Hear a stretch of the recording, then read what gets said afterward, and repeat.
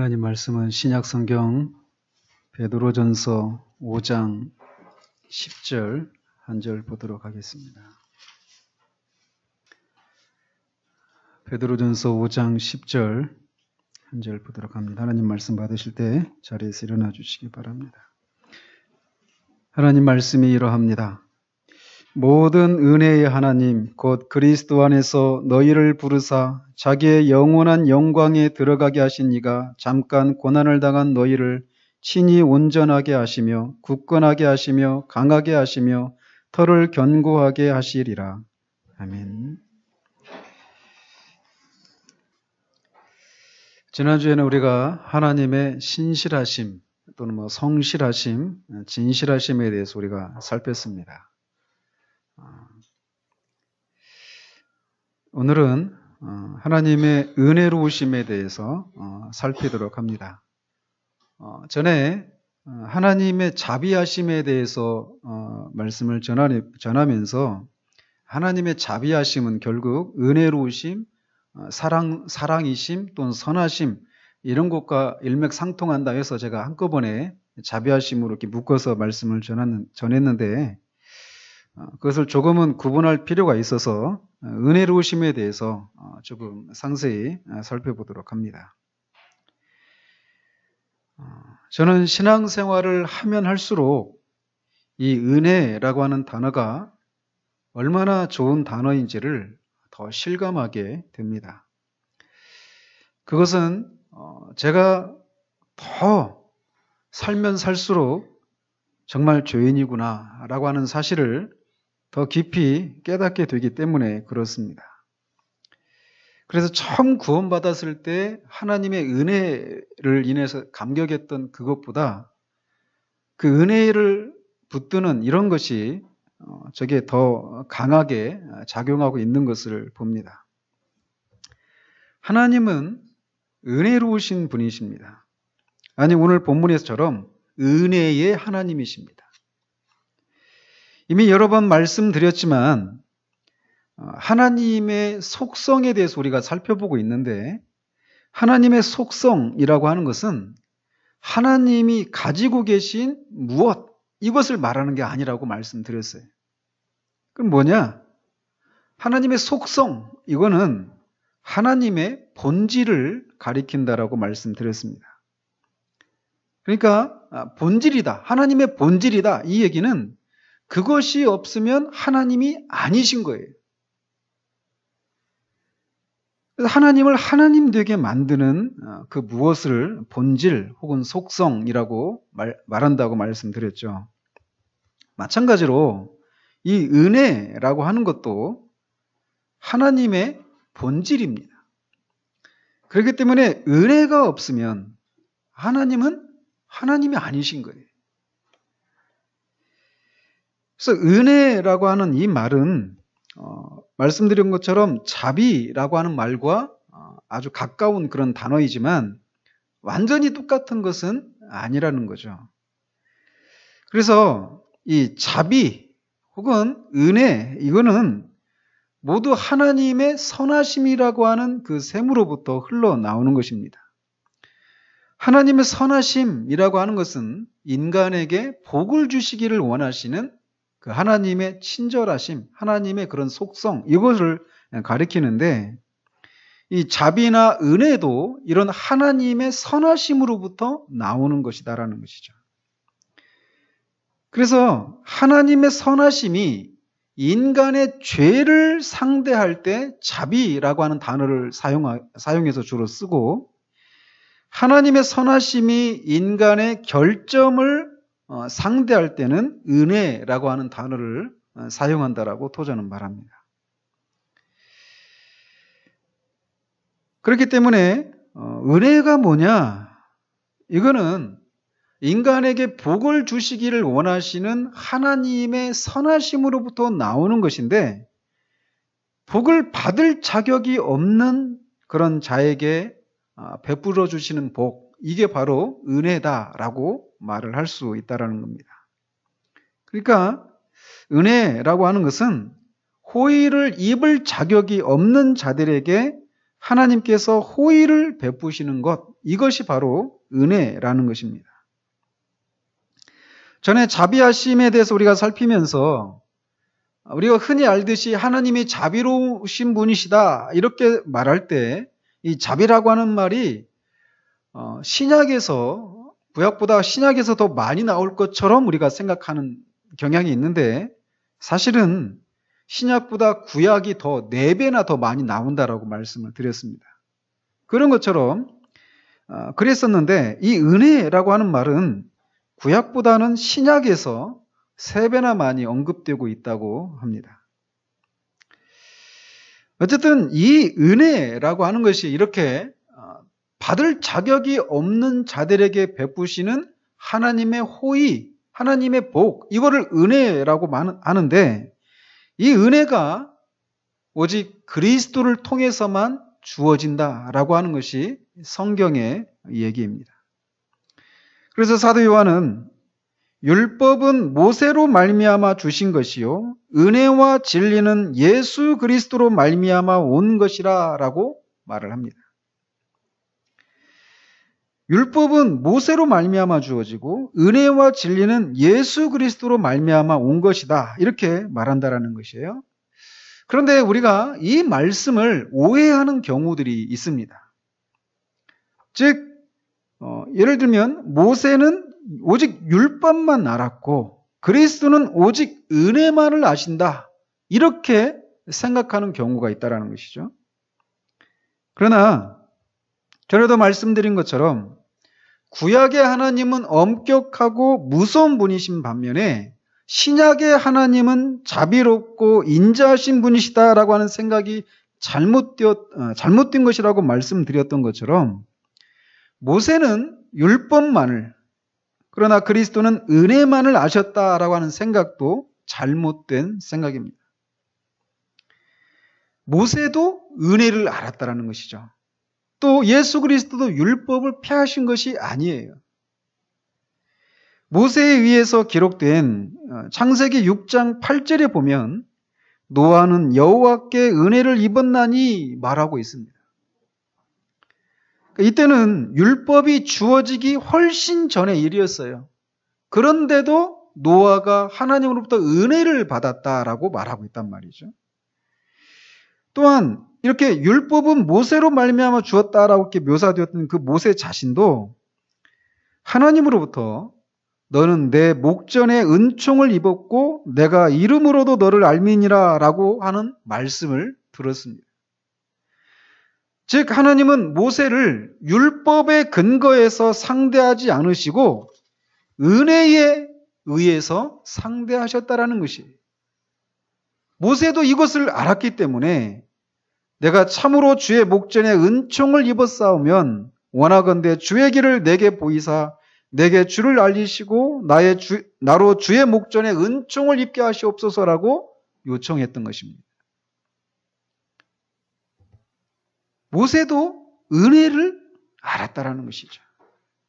그렇기 때문에 하나님께서 구약에서는 율법에 의해서 사람들을 상대하시고 신약에 와서 비로소 은혜로 상대하기 시작하셨다라고 하는 이런 생각은 옳지 않은 것이에요. 그리고 이런 생각은 하나님의 불변성에도 맞지 않는 그런 생각인 것입니다. 왜냐하면 율법이 주어지기 전에나 후에나 하나님은 언제나 동일하신 분이십니다.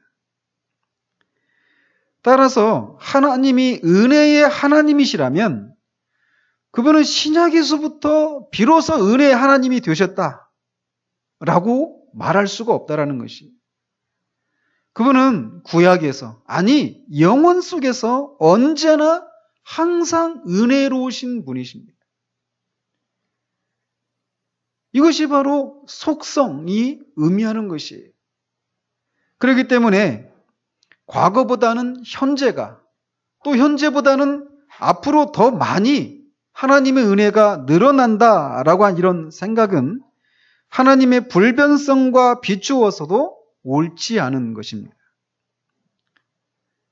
하나님은 변덕스러운 날씨나 사람의 마음처럼 은혜의 물결이 왔다가 사라지는 이런 것이 아니라 그분은 언제나 은혜로우신 분이시라는 거예요. 이 사실을 아는 것은 우리에게 굉장한 위로가 되고 우리가 신앙생활을 해나가는 데 있어서 이 사실을 아는 것만큼 중요한 것이 없어요. 지금 오늘 오후 예배 때 우리가 은혜로 성화를 이루는 것에 대해서 우리가 살펴보고 있잖아요. 우리가 거룩한 삶을 살아가는 것도 하나님이 이렇게 은혜로우신 분이시다라고 하는 것을 아는 것으로 말미암아 가능한 것입니다. 근데 우리가 하나님 앞에 죄를 짓거나 하나님의 뜻에 불순종하는 그런 삶을 살고 실패하고 좌절했을 때 우리는 하나님이 우리를 더 이상 은혜로 대하시지 않는다라고 하는 그런 생각을 갖기가 쉬워요. 그러나 하나님은 언제나 은혜로우십니다. 그분의 은혜로우심에 변함이 없어요. 그 은혜로우심이 더해지거나 더 줄어들거나 하는 이런 일이 없이 그분은 항상 은혜로우시다라는 것이. 우리가 은혜와 관련해서 알아야 할 진리가 있는데 그것은 먼저 어느 누구도 이 은혜가 없이는 구원을 받을 수 없다는 것입니다. 흔히들 구약의 백성들은 율법을 지킴으로써 구원을 받고 신약의 백성들은 은혜로 구원을 받는다고 생각하는 사람들이 교회 안에도 종종 있습니다. 어쩌면 지금도 그런 생각을 갖고 계신 분이 계실지도 모르겠어요. 그러나 우리가 알아야 할 사실은 구원을 받은 사람들 중에 율법이 주어지기 전에 사람들도 구원받은 사람들이 있는데 그들도 은혜로 구원을 받았다라는 거예요. 그리고 이 율법이 주어진 이후의 사람들도 여전히 은혜로 구원을 받았다라고 하는 사실을 기억을 해야만 합니다. 신약의 백성들이 율법을 지키는 것으로 구원을 받지 않고 오직 은혜로 구원을 받았듯이 구약의 백성들도 여전히 은혜로 구원을 받는다라는 것이. 또 은혜와 관련해서 우리가 또 반드시 알아야 될 또 다른 진리는 이 은혜는 항상 예외 없이 오직 예수 그리스도를 통해서만 온다는 사실을 기억해야 합니다.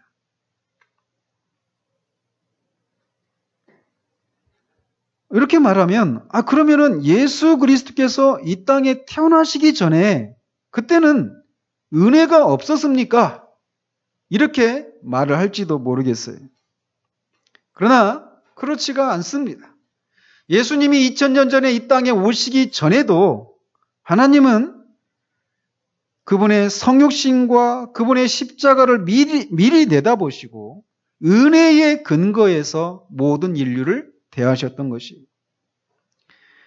그래서 예수님이 오시기 전에 구원받은 사람들도 율법을 지키는 것을 통해서 구원을 받은 것이 아니라 이 오실 그리스도를 통해서 올 그 은혜로 구원을 받은 것이라는 것입니다. 은혜를 받은 모든 사람들은 오직 그리스도에 의해서 그분을 통해서 그리고 그분 안에서만 은혜를 받습니다. 예수 그리스도가 이 땅에 오시기 전에 사람들도 모두 그리스도의 은혜를 받아들임으로써만 구원을 받았습니다. 말씀드린 것처럼 그들은 오실 그리스도를 바라봄으로써 은혜로 구원에 이른 것이에요. 은혜는 그리스도가 이 땅에 오신 후에 혹은 그가 십자가에서 죽으신 후에 혹은 부활이나 승천 이후에 비로소 이 땅에 오게 된 것이 아니라 영원 전부터 왔고 이미 은혜가 영원 전부터 있어 왔고 특별히 갈보리의 십자가 위에서 그가 죽으시는 것을 통해서 하나님의 은혜가 밝히 드러나게 된 것입니다. 그때 시작이 된 것이 아니라 이런 은혜가 이미 있어 왔다라고 하는 것이 십자가에서 밝히 드러나게 되었다라는 것입니다. 만일 하나님이 은혜로 사람들을 대하지 않으셨다면 모든 인류는 존재하지 못했을 것입니다. 아담과 하와는 그들의 죄로 인해서 마땅히 죽어야만 했어요. 그러나 하나님은 은혜로 그들을 살리셨습니다. 가인도 그의 죄로 죽어서 마땅했지만 하나님은 그를 그의 죄에 따라 곧장 심판하시지 않으셨어요. 홍수 때에 살아남은 노아와 그의 가족들도 은혜로 말미암아 가능했다라고 아까도 창세기 6장에서 말하고 있는 것을 우리는 압니다. 성경에 나오는 인물들 뿐만 아니라 인류 역사에 등장하는 모든 사람들이 어느 정도 하나님의 은혜에 비춰 있습니다. 어느 정도라고 하는 말을 굳이 사용하는 것은 이 하나님의 은혜가 나타나는 정도가 사람들마다 다르기 때문에 그래요. 그래서 이 세상에서 가장 악한 사람이라고 할지라도 하나님의 은혜를 어느 정도 받습니다. 가룟 유다도 인류 역사 가운데 정말 가장 악한 사람이라고 일컬어졌던 히틀러나 김일성이나 이런 사람들도 모두 어느 정도 하나님의 은혜를 받은 사람들이에요. 만약 그들이 하나님의 은혜를 받지 않았다면 그들은 그들의 죄악에 따라서 일찌감치 죽었어야 할 것입니다.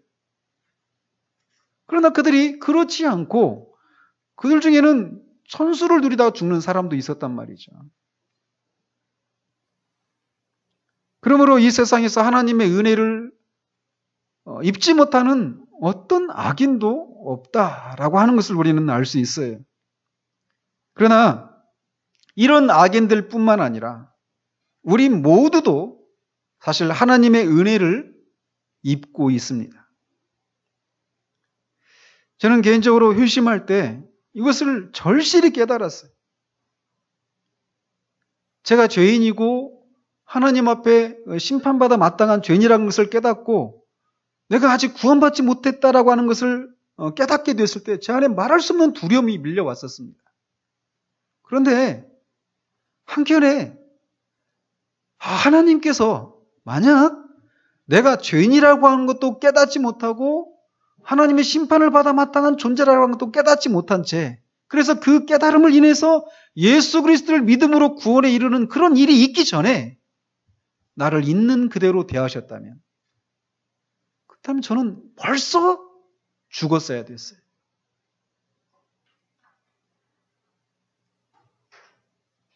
그런데 하나님의 은혜로 제가 회개할 때까지 저를 생명을 연장해 주신 거예요. 심판을 유예하신 것이죠. 하나님의 은혜가 모든 사람들에게 다 임하고 있는 것이에요. 악인들에게만이 아니라. 그러나 우리 보기에는 악인과 악인이 아닌 사람으로 나눌지 모르지만 하나님이 보시기에 모든 인간은 다 죄인입니다. 그렇기 때문에 악인들에게만 어느 정도 은혜가 임한다라고 말할 수가 없어요. 모든 사람들에게 은혜가 미친다. 이렇게 말을 해야 한다라는 것이죠. 그런데 이렇게 모든 사람들에게 어느 정도 하나님의 은혜가 임하지만 하나님이 베푸시는 구원의 은혜는 모든 사람들에게 임하는 것이 아니에요. 지금 우리 중에는 아직 구원받지 못한 사람들도 있어요. 그렇지만 하나님의 은혜가 아직도 그들에게 머물러 있기 때문에 그들이 회개할 수 있는 기회를 주신 거예요. 그 기회를 오늘 걷어가실지 내일 걷어가실지 우리는 알지 못해요. 그렇지만 우리가 살아있다라고 하는 그 자체는 하나님께서 아직 우리에게 회개할 기회를 주셨구나. 그런 면에서 모든 살아있는 사람들은 아직 소망이 있는 거예요. 그러나 이 구원의 은혜는 모든 사람에게 임하는 것이 아니다라는 것입니다. 그분의 은혜가 예수 그리스도를 믿는 믿음을 통해서 작용할 때 거듭나고 그 구원의 은혜가 임하게 되는 것입니다. 그러니까 예수 그리스도를 믿는 것을 통해서만 구원의 은혜가 주어지게 된다는 것입니다. 이렇게 은혜는 하나님의 선하심에서 또 그분의 그런 선하신 마음에서 나오는 인자하심과 호의와 진정한 선의입니다. 은혜는 하나님의 본질이에요. 그래서 언제나 그분은 은혜의 하나님이신 것입니다. 그렇기 때문에 하나님에게서는 엄하고 무정한 부분을 절대 찾을 수 없어요. 우리는 하나님을 그런 분으로 생각하는 경향들이 있어요. 엄한 분으로. 그리고 무정하신 분으로. 우리를 인정사정 보지 않으시고 우리를 대하시는 그런 분같이 생각해서 하나님을 사랑하지 않고 하나님께 가까이 다가가는 것을 또는 하나님이 우리에게 다가오는 것을 부담스러워하는 사람들이 있습니다. 그러나 하나님은 결코 엄하고 무정한 그런 분이 아니십니다. 하나님에게서는 어떤 비열함이나 어떤 분개나 원한 그리고 악의 같은 것들은 절대로 찾아볼 수 없습니다. 그분은 어떤 존재를 향해서도 악의를 품지 않고 계십니다. 그분은 친절하시고 호의를 베풀기를 원하시고 선의를 착한 뜻을 갖고 계신 그런 분이십니다.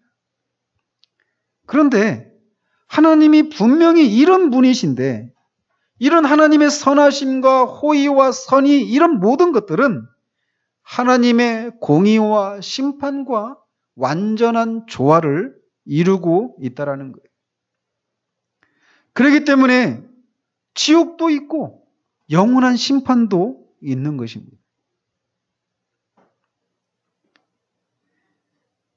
또한 하나님의 은혜는 무한합니다. 우리가 무한하신 하나님에 대한 것을 잠시 살펴봤지만 무한이라고 하는 개념을 우리가 유한한 인간이 어떻게 이해할 수 있겠습니까? 다만 우리는 그것이 끝이 없는, 측량할 수 없는, 한계가 없는 그 무엇이다라고 하는 것으로 족할 수밖에 없습니다. 그런데 하나님의 은혜가 바로 그렇게 무한하시다라는 것이에요. 성경은 그의 은혜의 풍성하심을 따라 많은 사람들에게 넘쳤다라고 말합니다. 또한 죄가 더한 곳에 은혜가 더욱 넘쳤나니라고 말을 합니다. 여기서 은혜가 풍성하다 또는 은혜가 넘친다라고 하는 말은 하나님의 입장에서 말을 하는 것이 아니에요. 이것은 우리 입장에서 묘사를 한 것입니다. 그분에게 넘친다 혹은 풍성하다라고 하는 것은 해당이 되지 않아요. 벌써 이렇게 넘친다, 풍성하다 이거는 벌써 뭔가 이렇게 측정할 수 있는, 측량할 수 있는, 잴 수 있는 어떤 그런 개념을 벌써 연상한단 말이죠. 그러나 이런 표현은 우리 입장에서 그렇게 말을 하는 것이지 하나님의 입장에서 그렇게 말을 하는 것이 아니라는 것입니다. 은혜가 더욱 넘친다라고 하는 것은 은혜가 우리 안에 있는 어떤 것보다 더욱 넘친다라고 하는 그런 말입니다. 즉, 어떤 사람이 아무리 많은 죄를 범했다 할지라도 말 그대로 은혜가 더욱 넘친다라는 것입니다. 존 버년이라고 하는 청교도 목사가 있었는데 그분의 책 중에 책 제목이 이런 제목이 있어요. 죄인 괴수에게 넘치는 은혜라고 하는 책 제목이 있습니다. 이 말이 의미하는 것이 바로 은혜가 넘친다라고 하는 것을 제대로 말을 해주고 있는 것이죠. 그는 자신이 하나님의 은혜를 받을 자격이 가장 적은 사람이라고 믿었어요. 그렇지만 그런 그에게 하나님의 은혜가 넘친 것이었습니다. 우리의 더러움과 비열함과 추악함은 거룩하시고 순결하신 하나님의 마음을 사로잡을 것이 전혀 없습니다.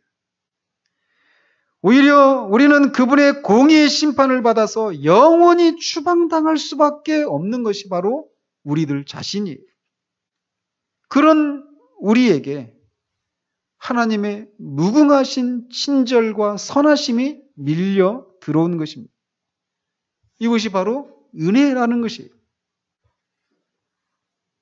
죄밖에 없는 우리를 향한 하나님의 은혜를 조금이라도 맛보면 이 세상의 그 어떤 것으로도 어떤 것을 통해서 얻는 그 짜릿함과 비교할 수 없는, 말할 수 없는 감격에 사로잡히게 됩니다. 이 하나님의 은혜라고 하는 이 속성은 너무나 넓고 크기 때문에 그 누구도 이해할 수 없는 것이에요. 만일 하나님의 은혜에 한계가 있다면 우리 중 누가 오늘 지금 이 자리에 있을 수 있습니까? 그분의 은혜의 한계는 사람들에게 알려진 바가 없어요. 그분의 은혜를 측량하기에는 영혼이라고 하는 시간도 부족합니다. 한계가 없어요. 측량할 수가 없습니다. 저는 어제도 그 찬양을 이렇게 들으면서 다시 그 은혜에 대해서 다시 생각하게 돼요. 우리가 시험을 당하면 더 큰 은혜를, 더 큰 힘을 주시고, 그러니까 그분은 끊임없이 주시고 또 주시고 또 주시는 분이십니다. 그분의 은혜에는 한계가 없어요. 그렇기 때문에 그분의 은혜를 설명할 때는 항상 영어로 Amazing Grace라고 말하는 거예요. 놀라운 하나님의 은혜인 것입니다. 이런 하나님의 은혜를 바라보는 방법에는 두 가지가 있습니다. 하나님의 은혜를 바라보는 방식이 두 가지가 있어요. 그 하나는 우리가 가장 일반적인 방식이죠. 그것은 우리 자신을 보는 거예요. 우리 자신을 보고 특별히 우리가 얼마나 큰 죄인인가를 보고 그런 우리에게 하나님께서 우리가 죄인이기 때문에 마땅히 받아야 할 것들을 주시지 않는 것 이상으로 우리에게 넘치는 복을 주시는 것을 경험하는 것을 통해서 하나님의 은혜를 깨닫게 됩니다. 이것이 가장 일반적인 방식이고 이것이 하나님의 은혜를 바라보는 바른 방식이에요. 그렇기 때문에 하나님의 은혜가 무엇인지 모른다라는 얘기는 결국 내가 누구인지를 모르는 것에서 기인하는 것입니다. 오예배에서도 계속 말씀드리잖아요. 우리가 얼마나 끔찍한 죄인인가라고 하는 것을, 아무런 소망이 없는 죄인이라고 하는 것을 알고 그런 우리를 하나님이 죄 용서를 해주신다라고 하는 이 사유하심의 은혜를, 사주의 은혜를 경험하면 경험할수록 우리 안에는 말할 수 없는 그런 감격과 기쁨이 더 커지게 된다라고 말씀을 드렸어요. 결국은 하나님의 은혜를 모른다라고 하는 것은, 그 하나님의 은혜에 대해서 감격할 수 없다라고 하는 것은 자신이 죄인이라고 하는 것을 알지 못하는 것에서 오는 것이다라고 말할 수 있다는 것이죠. 어쨌든 이렇게 우리 자신의 죄인됨을 바라보는 것을 통해서 하나님의 은혜를 알게 되는 한 가지 방식이 있어요. 그런데 또 다른 방식이 있는데 그것은 은혜를 하나님의 존재 방식으로 보는 것입니다. 즉, 은혜를 그분의 본질로 보는 것입니다. 은혜가 하나님의 본질이다. 이렇게 하나님의 은혜를 보는 방식이 있다는 거예요.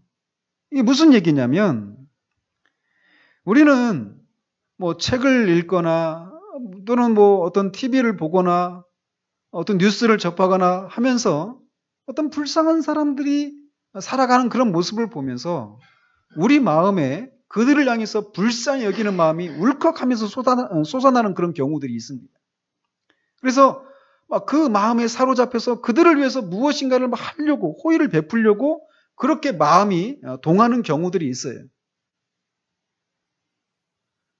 그런데 마치 하나님이 죄인에게 은혜를 베풀어 주시는 것이 우리가 그런 식으로 잠시 우리의 마음이 동해서 그렇게 불쌍한 사람들에게 은혜를, 호의를 베푸는 것처럼 하나님이 우리를 그렇게 마음이 갑자기 동해서 그렇게 해서 우리를 은혜로 대하신다라고 하는 개념이 아니다라는 거예요.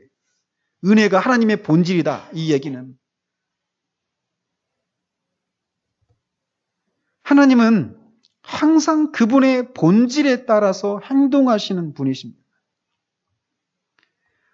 따라서 그분은 공의에 의해서 정죄를 받고도 하나님의 은혜와 구원을 거부하는 사람들을 언젠가 반드시 심판하실 것이에요.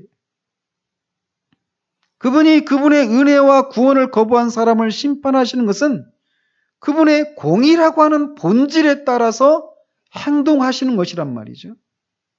그런 것처럼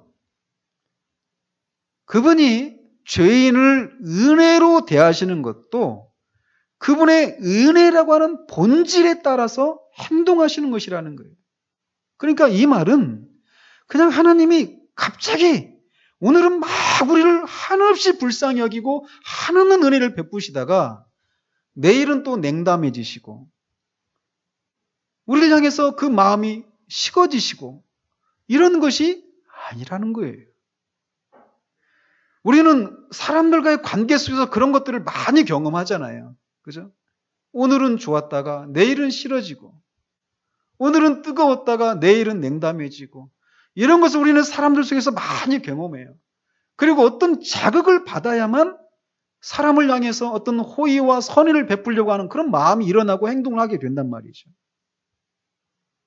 왜 그러느냐?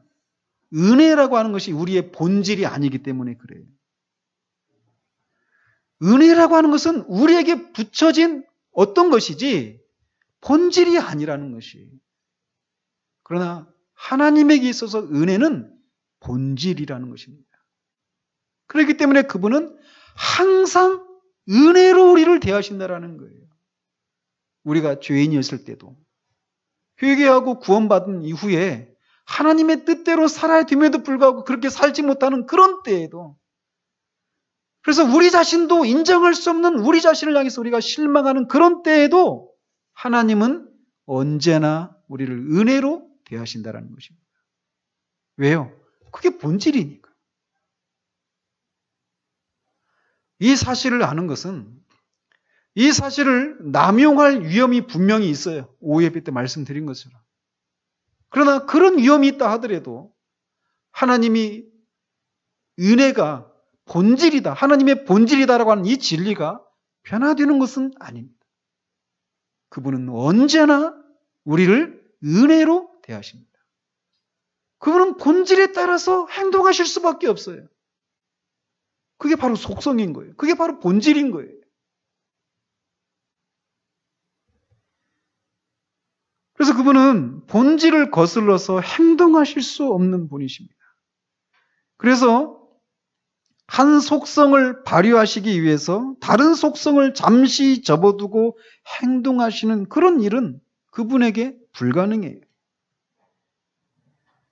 그럼 어떻게 그 속성 간에 서로 조화를 이루느냐? 어떻게 은혜를 베푸시면서 동시에 공의를 행하실 수 있느냐? 우린 그것을 이해할 수가 없습니다. 그러나 그분에게서 그것은 가능한 일이에요.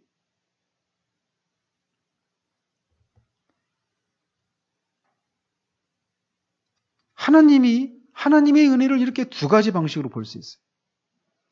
우리를 봄으로써, 우리의 죄인됨을 봄으로써 하나님의 은혜를 깨닫는 한 방식이 있고, 은혜를 하나님의 본질로서 보는 것입니다. 하나님의 은혜가 그분의 본질이다. 이 얘기는 우리에게 말할 수 없는 위로입니다. 다시 말씀드리지만 그분의 은혜는 오직 예수 그리스도를 통해서만 우리에게 주어진다라고 하는 진리를 우리는 늘 붙들어야 합니다. 은혜는 아담이 범죄한 날부터 구약시대에 걸쳐서 항상 그리스도만을 통해서 흘러왔어요. 그리스도 이외에 은혜가 흐르는 통로는 없습니다. 그러므로 이 하나님의 은혜를 맛보기를 원한다면 그리스도를 바라보아야 해요. 특별히 그분의 십자가를 바라보아야 합니다.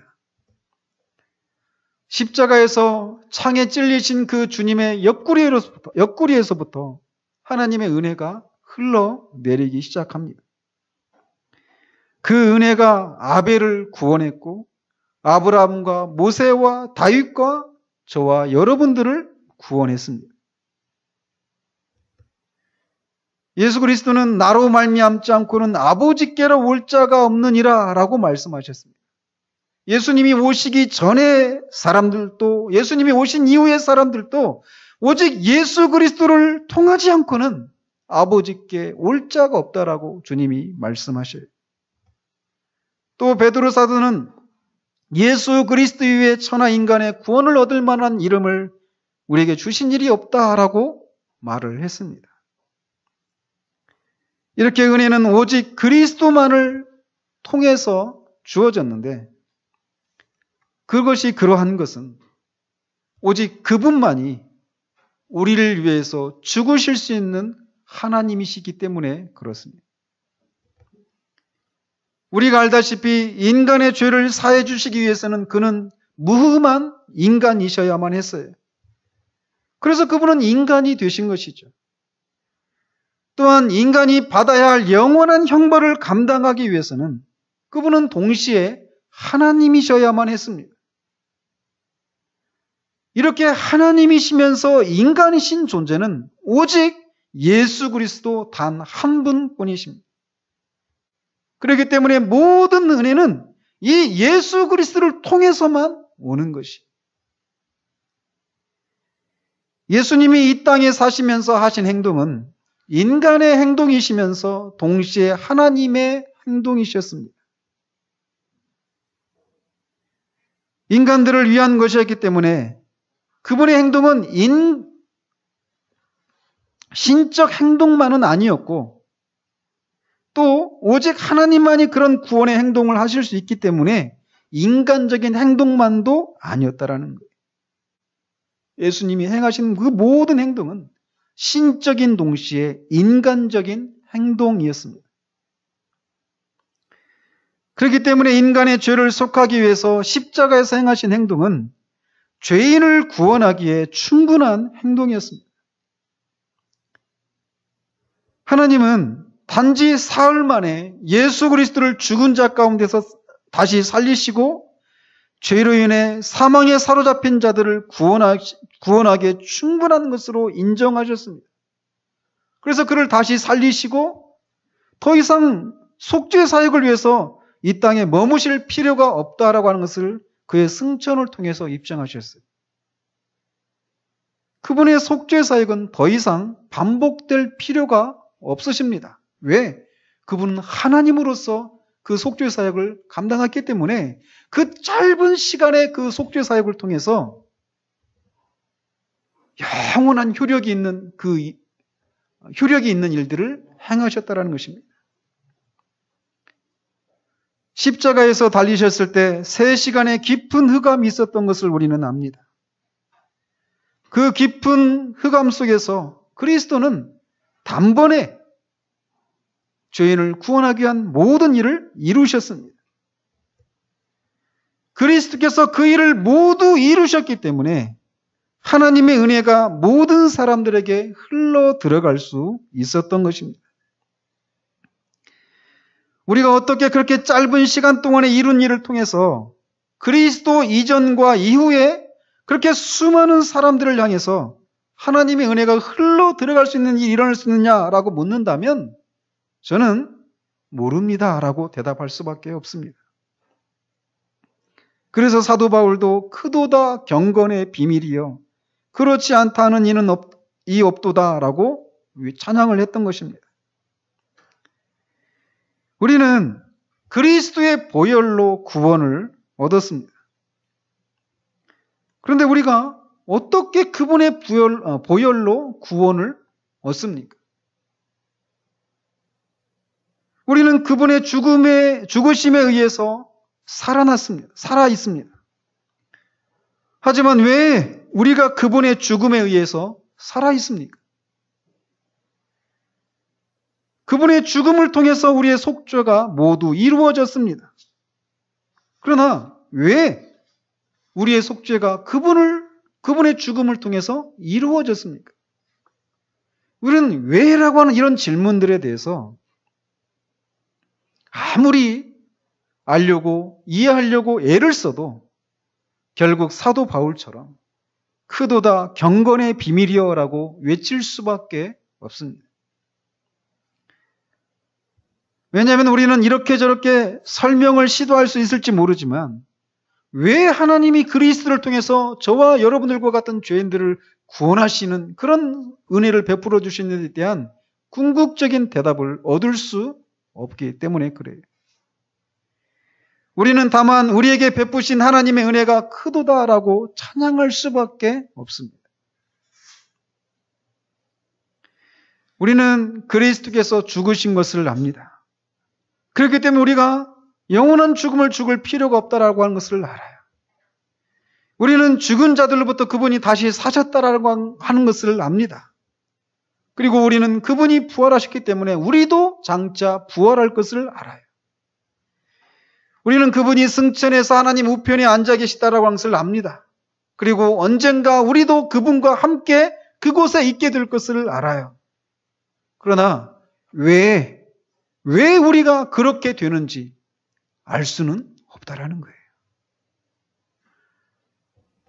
그러므로 왜 하나님께서 우리에게 그리스도를 통해서 그런 은혜를 베풀어 주셨는지에 대해서 이해하려고 하지 말고 우리는 믿어야 합니다. 그것은 우리가 이해할 수 있는 것이 아닌 것이.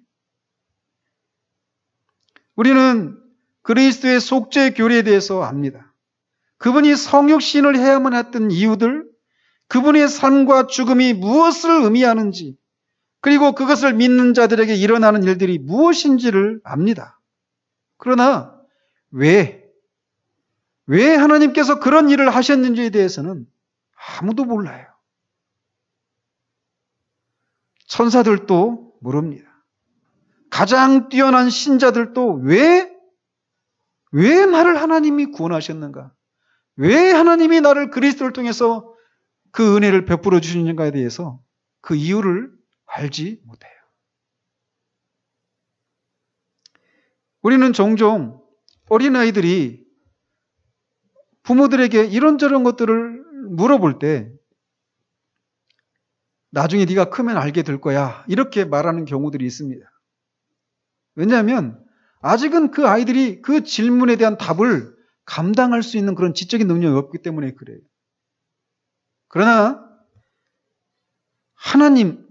하나님이 왜 우리를 구속해 주셨는지에 대해서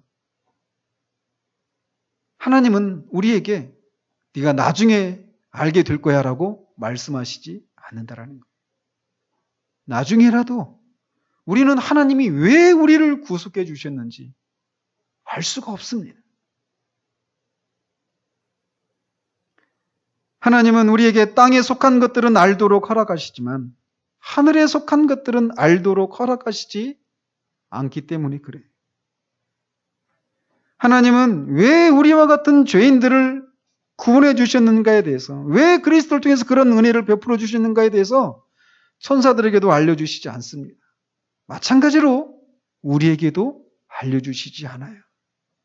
그러므로 우리 중에 누군가가 내가 구원을 받은 것은 내가 그 구원을 받기 위해서 얼마나 금식하고 기도하고 애를 쓰고 하나님의 마음을 돌이키려고 얼마나 애를 썼는데 그렇게 말하면서 그것 때문에 하나님께서 나에게 그런 은혜를 주셨는가 보다 이렇게 말할 수 있다면 그 사람의 구원은 진짜가 아닙니다. 그리스도의 속죄의 은혜는 우리의 이해를 뛰어넘는 그런 것이.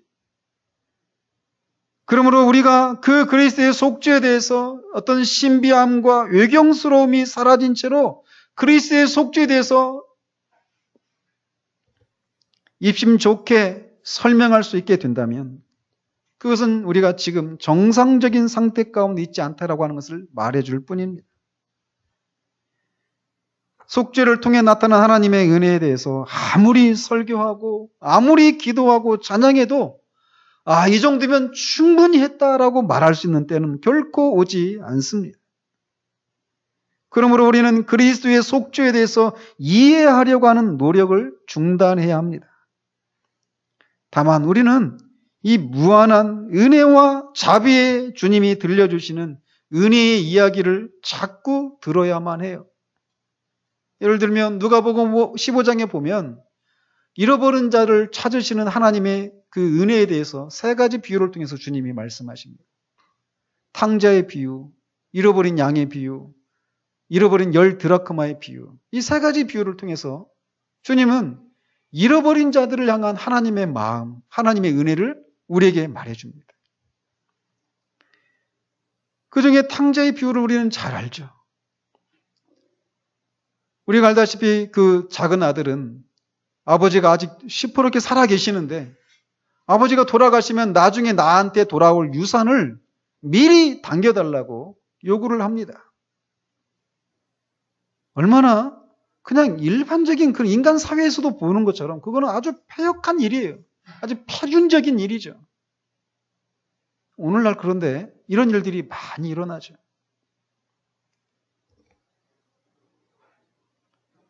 언제가 법원을 한번 간 적이 있는데 형제들끼리 소송이 붙었어요. 큰아들하고 작은아들하고. 그러면서 소송의 이유는 상속 재산을 큰형이 너무 많이 가져갔다는 거예요. 자기한테 돌려달라는 거죠. 그러면서 두 사람이 증인을 세웠는데 자기 엄마를 증인으로 세운 거예요.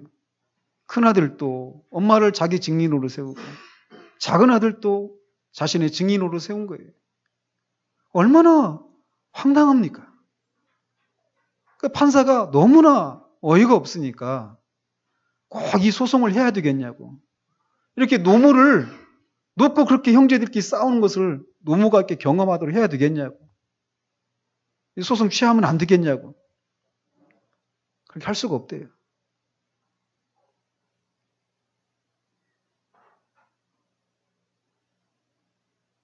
어쨌든 그 둘째 아들이 그렇게 패륜적인 일을 했죠. 그리고 외국에 나가서 그 모든 재산을 다 탕진하고 말았습니다. 그리고는 돼지가 먹는 주업 열매를 그것조차도 마음껏 먹지 못하는 그런 비참한 처지 가운데 처하게 되었어요. 근데 그러가 어느 날 갑자기 정신을 차리죠. 그 재산을 달라고 요구할 때도 그는 정신을 차리지 못했어요. 가서 허랑방탕하고 살 때도 그는 정신을 차리지 못했습니다. 그리고 처음에 돼지를 칠 때도 그는 그걸 정신을 차리지 못했어요.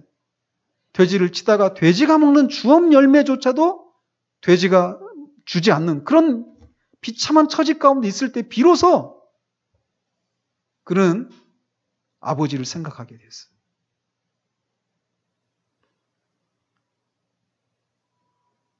아버지 집에 있는 종들조차도 나보다 더 풍성한데 아버지의 아들이던 내가 이렇게까지 되었구나. 그러면서 자신이 행한 행동이 얼마나 아버지에게 아픔을 드리는 행동인가를 깨닫고 스스로 돌이켜서 아버지께로 돌아갑니다. 그럼 비로소 제정신을 차린 것이죠. 아버지를 생각하고 자신의 처지를 생각하고 그것이 아버지께 어떤 의미인지를 생각하고 돌이켰습니다. 그것이 바로 회개예요.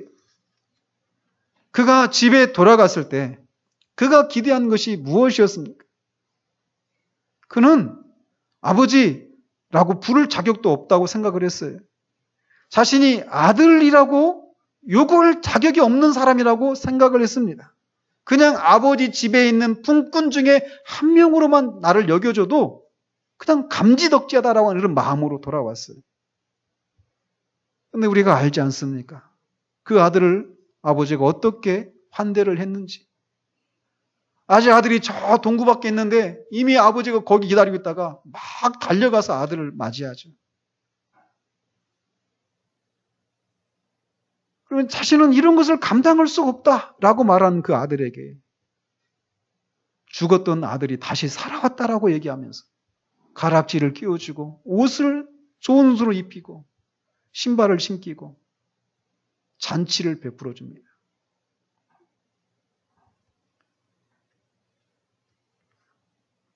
그게 바로 은혜예요. 그 아들이 이런 것을 생각이나 할 수 있었겠습니까? 아버지의 환대를? 그럴 수 없었어요. 아들은 아버지에게 왜 이렇게 하시는지 설명을 요구하지 않습니다. 그는 다만 받을 수 없는 호의 앞에 무릎을 꿇고 감격하고 그 아버지의 사랑 앞에 승복하게 되었을 뿐이었습니다.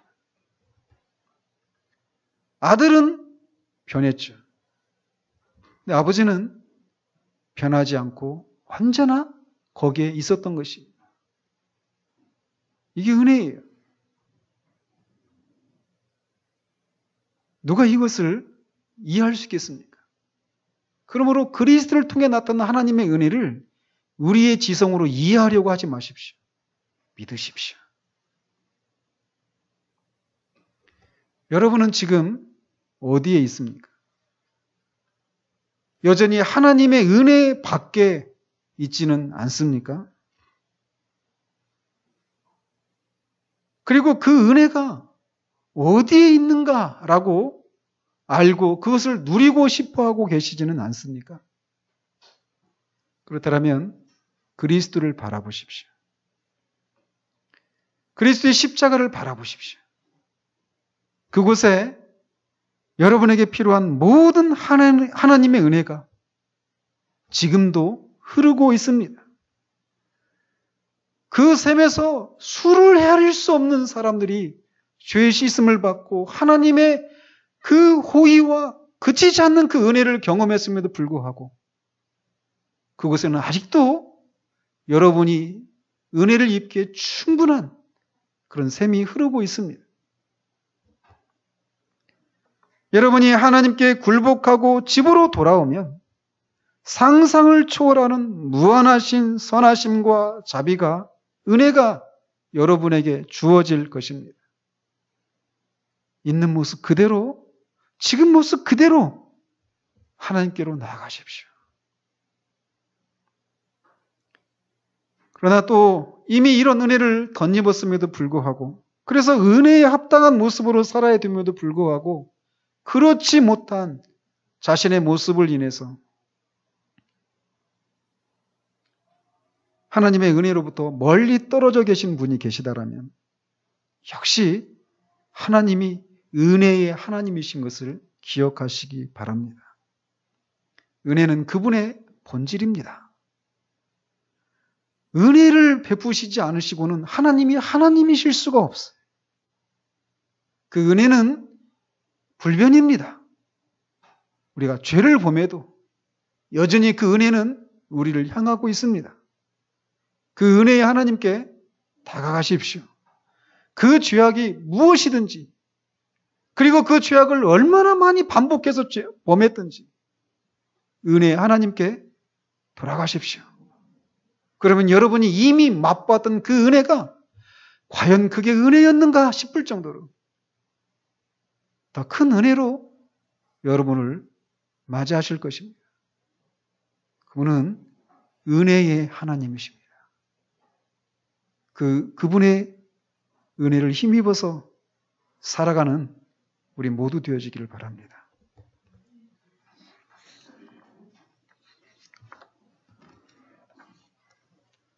하나님 아버지, 하나님이 은혜의 하나님이심에 대해서 우리가 살펴보았습니다. 우리는 무엇인가를 해야만 그것에 상응하는 그 다른 것을 받을 수 있다라고 하는 기브 앤 테이크의 정신에 사로잡혀 있는 그런 사람들입니다. 그러나 하나님은 은혜의 하나님이셔서 도무지 받을 자격이 없는 그런 자들에게 선을 행하시고 복을 베풀어 주시기를 즐거워하시는 그런 분이심을 우리가 살펴보았습니다. 하나님 아버지, 그 은혜가 참으로 언제나 변함이 없고 은혜는 하나님의 본질이기 때문에 그 무엇에 의해서도 변화되지 않는다라고 하는 것을 우리가 살펴보았습니다. 하오니 오늘 말씀을 듣는 사람들 중에 그리스도를 통해서만 베풀어지는 이 하나님의 은혜를 덧입지 못한 영혼들이 하나님의 은혜의 하나님이심을 기억하고 탕자를 그렇게 환대하셨던 아버지와 같은 분이신 것을 기억하고 자신이 있는 모습 그대로 탕자가 돼지를 치다가 더러워진 옷과 신발, 벗겨진 신발, 그 더러워진 모습으로 그냥 그렇게 아버지에게 나갔던 것처럼 그렇게 하나님의 은혜를 받을 수 있는 유일한 통로인 그리스도의 십자가를 붙드는 일들이 있을 수 있도록 주님 도우시옵소서.